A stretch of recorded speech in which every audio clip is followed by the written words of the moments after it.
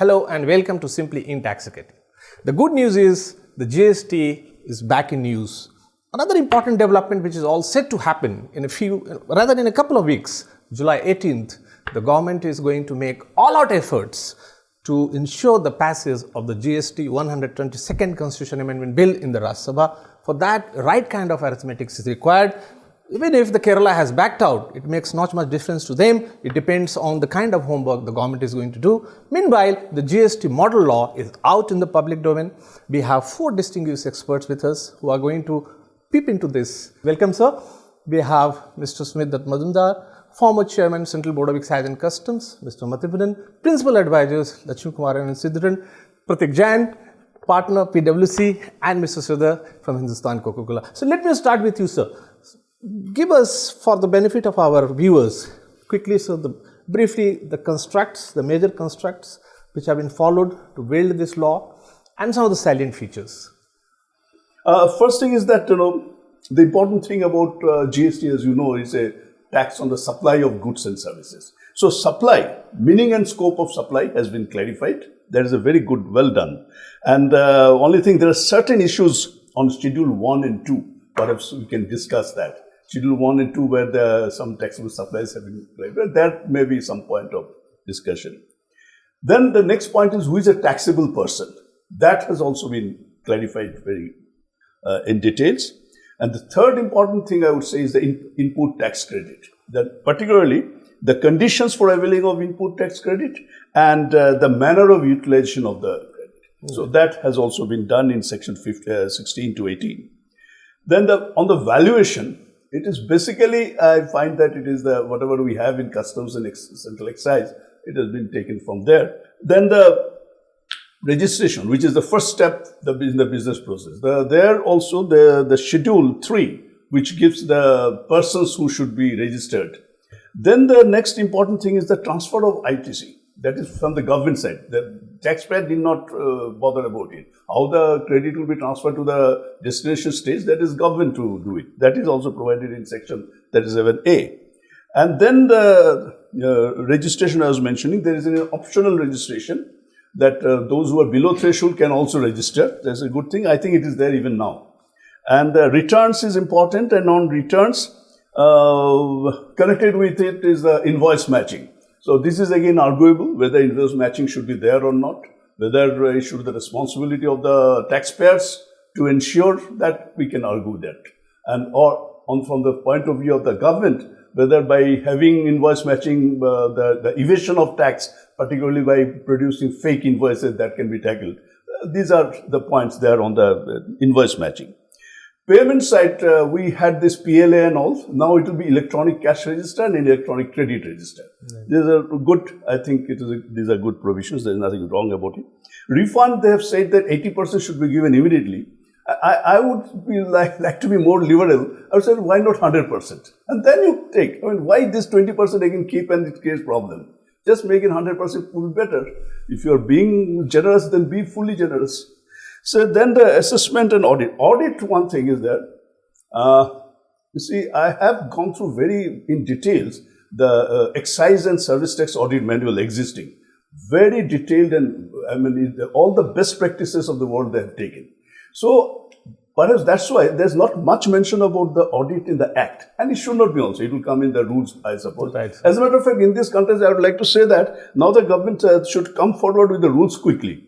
Because if you find a lot of things which are there in the business process documents like registration, payment or returns, these are not in the Act. And it should not be. It will be in the rules. So let us know, because it is the rules and the procedures which will hit the taxpayers day to day happening. So I think this should come very fast. Let me go to the Pratik. Yeah, Pratik, what is your take on this? No, that's why I think Mr. Majumdar put it brilliantly. I think it's a much improved version from the last one that we had seen.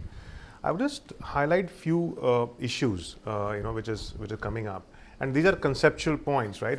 One is there is an attempt to pass on the governance to the businesses in some case. I think input-output matching is one of those. Conceptually, if the vendor has not complied and has not filed the return, you are effectively penalizing the buyer to say that buyer will not get the credit.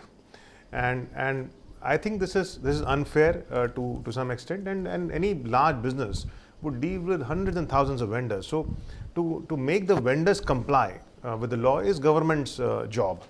Similarly, for e-commerce, there is a provision for TCS, tax deduction at source, which is going to lead to a lot of complications. Second is ease of doing business. While a lot of things have happened here, online registration, online payment, debit card, credit card, all of those things that are there, but there are still few issues. For example, for each state you have to take separate registration for central GST, state GST and IGST. Now, as far as SGST is concerned, you can understand, but at least for CGST, you should allow a common registration across India. And this is particularly relevant for service providers. Let's say a banking company or a telecom company which operates under one service tax registration today, and if they're operating in 30 states, they're looking at 90 registrations. So the filings and multiple returns, etc. There is a provision for road permit that seems to be there for consignment more than 50,000. So all of these things, I think, to an extent, does not promote ease of doing business and have to be kind of looked at. And last is tax administration. I think advanced ruling provisions, while it is expanded to include any issue and not only proposed business, but it says that advanced ruling will be appealable, and you can file an appeal to commissioners and chief commissioners, etc. That would mean that advanced ruling authority would be an authority below commissioner, and therefore the sanctity of the advanced ruling itself is under doubt. There are provisions which say that onus of proving that business is, a product or services liable to tax or not is on the business, which is also a new provision. There are provisions which give power of arrest if the commissioner has reason to believe that tax has been evaded. So I think these are the things that need to be looked at. So, Mr. Sridhar, the registration part, etc., you find it really cumbersome? I wouldn't say they are cumbersome. But only one thing is that in terms of three larger objectives, I'm just taking from what Mr. Majumder and my friend said, transparency, simplicity and reciprocity. I think that's one point that is really lacking. Here I think the effort that has gone into this provision is perhaps, in terms of creation of all these things is really great.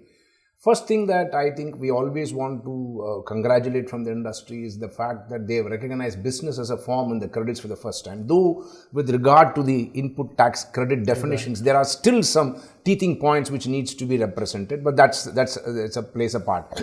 But I personally feel one thing that they can do is they can make both the stakeholders at equal pedestal. I just give you one point. If you see the bill, there is something called compliance rating for the SSE. Yeah. Okay. Now, I would like to put this, if you talk about compliance rating for the SSE, there should have been a provision specifically incorporated for a redressal authority like an ombudsman inside the law. That there would be a stakeholder service provision monitored by the ombudsman.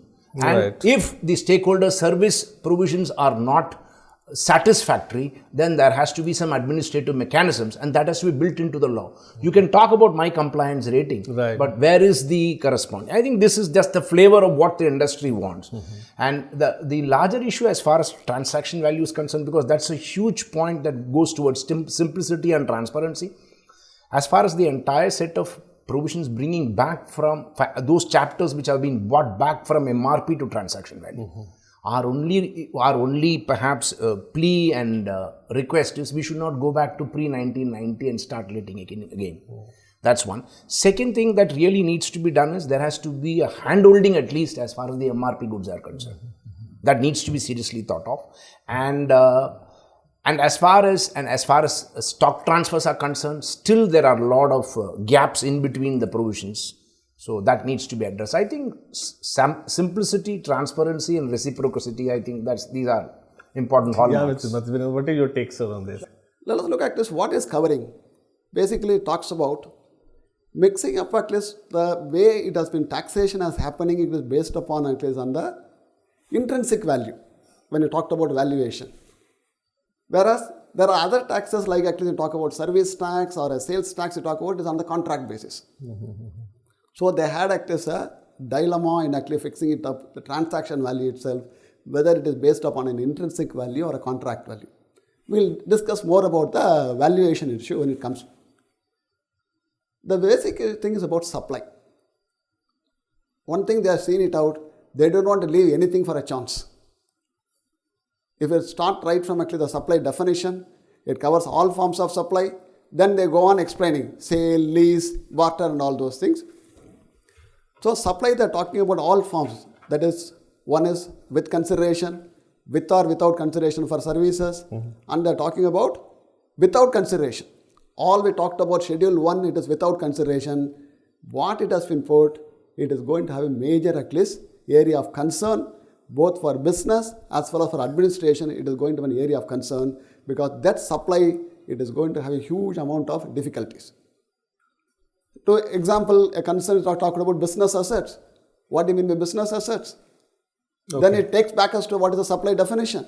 It's goods or services. What happens to immovable properties in business assets? So that is area is covered, though they attempt to cover a lot, but at the same time, it needs some more filtering to bring it out what is objective. That is about the supply. I am trying to look at least about the credit. What is the objective with which this started? Objective is a single common market with seamless credit. Correct. As Pratik was talking about ease of doing business. Yes. All these things are required. The objective, it is only a single market with a seamless credit, it is one. Only I find that input tax credit, it seems they have to further liberalize it out. Effectively, what happens, it is only because, again, amalgamation of various laws. Some of the provisions we look at, it has been picked up from some of the VAT laws. So, as a result, what happens, there is further at least refinement is required. Input tax credit, the objective should be a seamless credit for the business. Now, henceforth, we should not go into a particular activity of manufacturing or a sale. Look at it as a business. That is what is important here, it is one. All these things should be linked up, that is one. So, credit needs further at least refinement is one. Maybe we are expecting the states also to chip in. For example, there's something on capital goods credit. If you look at the tax credit provisions, they have not talked about one major issue for the states. If I am from the states and participating in an EC meeting, I will never agree even for a 2 installment credit for a huge capital credit is beyond 1 crore. It will hit the states very badly. Right. Now, whether they have agreed between the states and the center to give it in 1 installment is not visible on the face of the provisions, one. Okay. And how do you handle such things? Because there is being 2 competing parties. Under the earlier provisions, you got it in 2 installments under the SENVAT credit rules. Right. Now, how will the states reflect if you say 3, if you say 4, or even if you say 1? Right. So that's something very important. And larger in terms of credit, I personally feel certain things which they have defined as business, in the furtherance of business, they have defined that. But still they are stuck. For example, when you create immovable property for the purpose, you don't create immovable property like a factory building for the sake of going and dumping goods there. You create a production facility. Credit is still on the negative side, even as we talk today. Right. So that's a bit of a disappointment as far as the touching points of credit is concerned. It's still not business. That's exactly what Madhi is saying. We have to travel a long way to get to business. Right. So, Pratik, you agree with this, that they are not actually applying even some of the settled provisions of the transfer pricing where you try to look at the entity level? No, first of all, whether transfer pricing provisions are required or not. Excise, it makes sense because excise is a first point tax, and therefore if you lose tax in the first instance, you lose tax forever. Right. Okay. Under GST, because a multi-point tax, only at a B2C level, if there is issue in valuation, government will lose tax. Right. Otherwise, they won't. Right. Correct. So valuation provisions are not required. I think the point is that because they have tried to integrate all the laws, excise, customs, VAT, service tax, Right. The coherent or a comprehensive approach is missing. To my mind, and it seems that a proper consultation has not happened. Simple thing, for example, the definition of goods includes securities. Now, do you want to levy tax on shares, transaction of shares? Perhaps not. If you see the definition of service, anything other than goods is service. Right. Now, let's say immovable property is not goods. Does it mean that sale of immovable property will become a service? Right. They have included actionable claim within the definition of service, Right. which is going to create a huge problem. So, for example, if I go and buy a voucher, let's say from Marks and Spencer, I have to pay tax upfront on that. What happens when I redeem it? So, I think the basic things are just have not been thought through. So, sir, on this, we happen to be on the credit page. You have some observation on this input tax credit, the kind of challenges it's going to throw up, for the trade industry. Of course, they are at the receiving end. But the people who are going to actually work on this refined version of the law, or probably the next another GST committee will be formed, or probably the government should set up a fresh committee, probably from the consulting side. Some advocates from the private sector could be picked up, some industry representative could be picked up, some international experts could be consulted, because ultimately it's a hybrid GST. I mean, there is no parallel to Indian GST. So we are trying to work out different kind of GST. So how do you look at the credit parts, which, as Mr. Mativanan rightly said, that this happens to be the soul of the GST? Yes, and credit, let me give some background why this invoice matching has come. There are a number of cases on the central excise side of having fake invoices and taking credit, and number of cases. So to have safeguard against that, this invoice matching has come. But as Pratik also has a point that onus is put on the taxpayer, that he must ensure that is the previous stage they have done the job properly. So this is the one, but then this is the background, I tell you, the why this has come. And so far as you mentioned about that committee and all, the first thing is that I had some, off and on I talked to the people in the ministry and all who are engaged with this. They say that they do not get enough feedback. Actually, even if you take the job work industry, right, today the job work industry, half the industry in India is totally matured, I must say so. Now, we are making a major shift as far as the job work industry is concerned. We are pushing the responsibility back by virtue of the provision of the GST law back to the principal manufacturer. So, he is only expected to give his service-related invoice on the job work done to the principal manufacturer. So, what about the infrastructure that the job work manufacturer has created? See, GST is not a mere law, it's an economic concept. There has, to an extent, let's say if I produce one packet of biscuit, when I say I produce a packet of biscuit, everything that goes into making that biscuit is costed by the manufacturer and his profit is loaded, right, which also includes his back office. Yes. In the current regime, he has a huge back office undertaking these excise responsibilities at the place of his business. Now, if you're shifting this back, now what happens to this change management as far as they are concerned? And they are not organized industry. Right. They are, I wouldn't say they are disorganized, I would say they are semi-organized, they are semi-medium or medium. Right. So now, what about those manufacturers? How would you handle them? And as far as credit is concerned, Madi and Mr. Majumder made two important points. But there is one thing I feel, the ancillary rules. For example, how would you evaluate when supplies are made from one branch to another branch for inputs which are transferred as such? You can't expect everything to be produced because GST is come only in one place. So that will come. What about partial write-off of inputs, partial write-off of supplies, which are, I think all those things would need to be I would say ring-fenced in the rules which Mr. Majumder correctly highlighted and would have to be pinned up, right, so that they don't go as a last-minute surprise. But as of now, the model law says that stock transfer will be valued at transaction value. Now, there is no transaction value. There is no transaction itself. So it's a supply. So therefore, if you don't have a transaction value, then you have to look at valuation rules, which talks about value of identical goods, value of similar goods, etc. So right, you will always have litigation on some of these things. You just say stock transfer would be valued at whatever market price of the product, or say cost plus 10%. I mean, you have to be more specific, right, rather than saying transaction value, because there is no transaction value in case of stock transfer. Like, they've done very good that place of supply rules. There is no place of rules in the Act itself. It is their place of supply. Right. So, the 12, particularly in respect of services, 12 specified services which could create problems. Right, specifically said in such and such situation, this will be the place of service. So, something like that could be done wherever there is some controversy. Let it be specific. Yes, sir, you wanted to add something. Yeah. When you look at least about job worker, what you are discussing it out. First of all, we should understand the transaction between actually the principal and job worker, it's a supply or not it is. When you look at the supply definition, they introduce something called 2A, in which they talk about the transaction between the principal and the agent will also be actually a supply. What do you mean by which supply it is one? If the service of that person is a supply, or the transaction with them itself is a supply. There is a major issue which is here. Though it might be for the purpose of stock transfer, they might have brought this one. But it doesn't look like that. This is going to apply for everybody. So this is one of the major concern area. If you look at this, that is the reason I told you, when the supply definition itself a needs. All other things comes up subsequently. Yes. First, fix up the taxable event, which is a supply or not.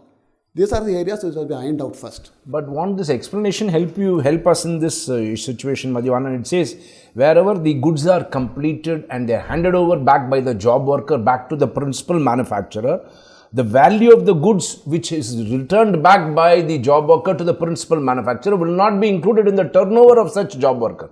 So it internally means only that I will be only handing over an invoice to the principal manufacturer. So as far as it's a supply, whether it will be included for a turnover, then it will consider for your registration, all those issues will flow. Whether And it the needs supply, point that he made goes beyond job work, which says a transaction between principal and agent will be viewed as supply. My reading of that is that whether it is intrastate or interstate, so within the state, let's say I manufacture, I give it to my CNF agent for further sale, that transaction itself will qualify as supply. And you'll have to pay tax at that instance. Right. Okay, so I'm a manufacturer, you're my agent, I give the product to you. On that itself is a supply on which I'll have to pay tax. Now I don't know how will they administer that, how will they value that, and why do we want to tax that, right? So this principal and agent transaction is something which, and the way they have defined agent, they've said agent is any person who receives goods. So even a transporter could be an agent. So the definition of agent, I mean, there are many.